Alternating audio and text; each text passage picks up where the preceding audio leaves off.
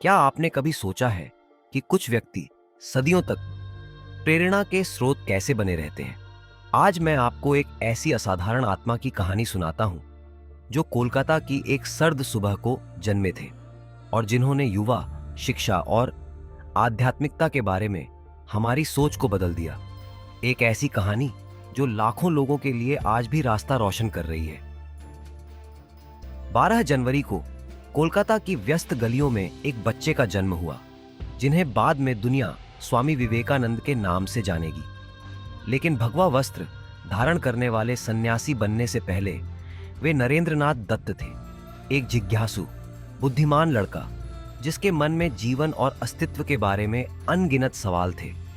एक समृद्ध परिवार में जन्मे युवा नरेन को अपने समय की सर्वोत्तम शिक्षा मिली।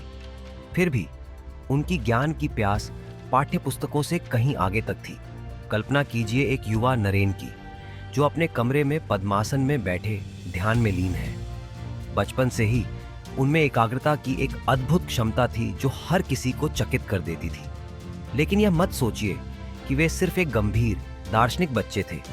उनमें शरारत, ऊर्जा और ज्ञान की अतृप्त प्यास भी थी।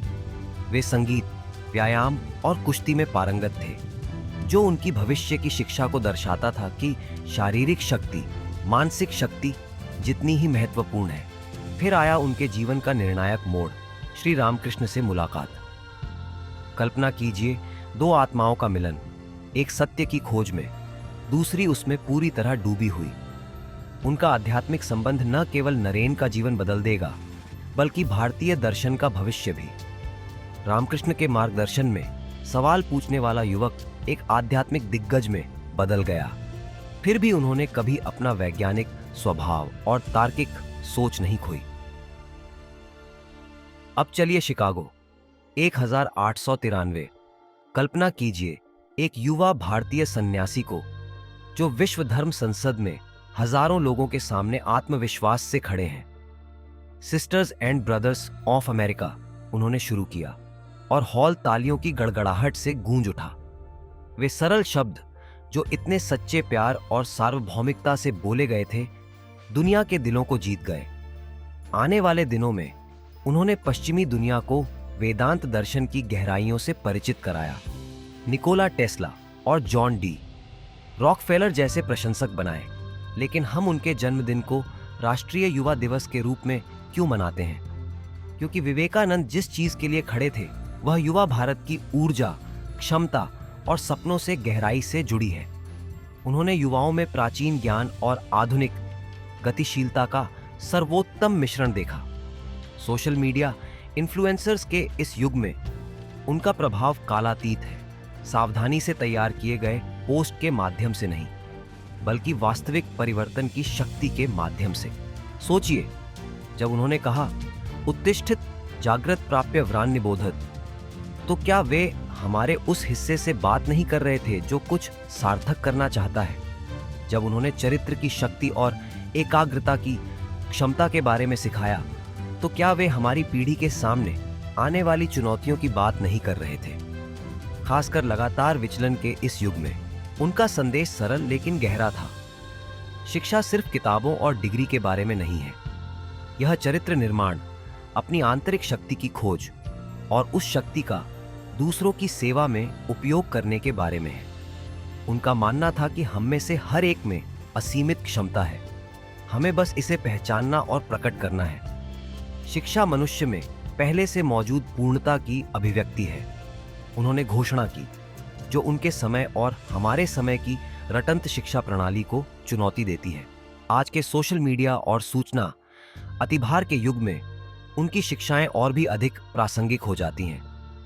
जब हम इंस्टाग्राम परफेक्ट जीवन से अभिभूत होते हैं, तब उनके शब्द हमें हमारी आंतरिक शक्ति की याद दिलाते हैं।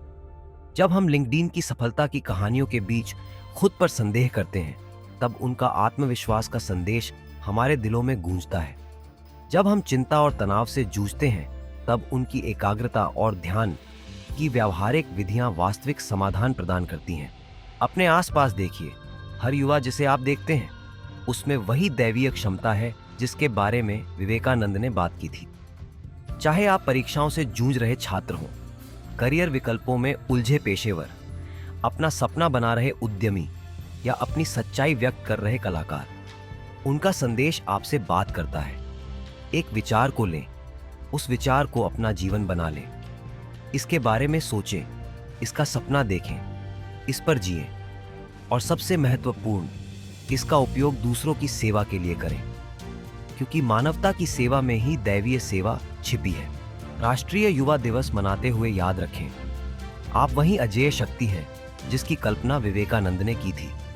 आप कल के भारत के वास्तुकार हैं। खुद को और दुनिया को बदलने की शक्ति आपके भीतर है। वैश्विक चुनौतियों के इस युग में सार्वभौमिक भाईचारे और आध्यात्मिक शक्ति का उनका संदेश आशा की किरण प्रदान करता है। यह आपका समय है, यह आपका क्षण है। आप कैसे उठेंगे, कैसे जागेंगे, चुनाव आपका है।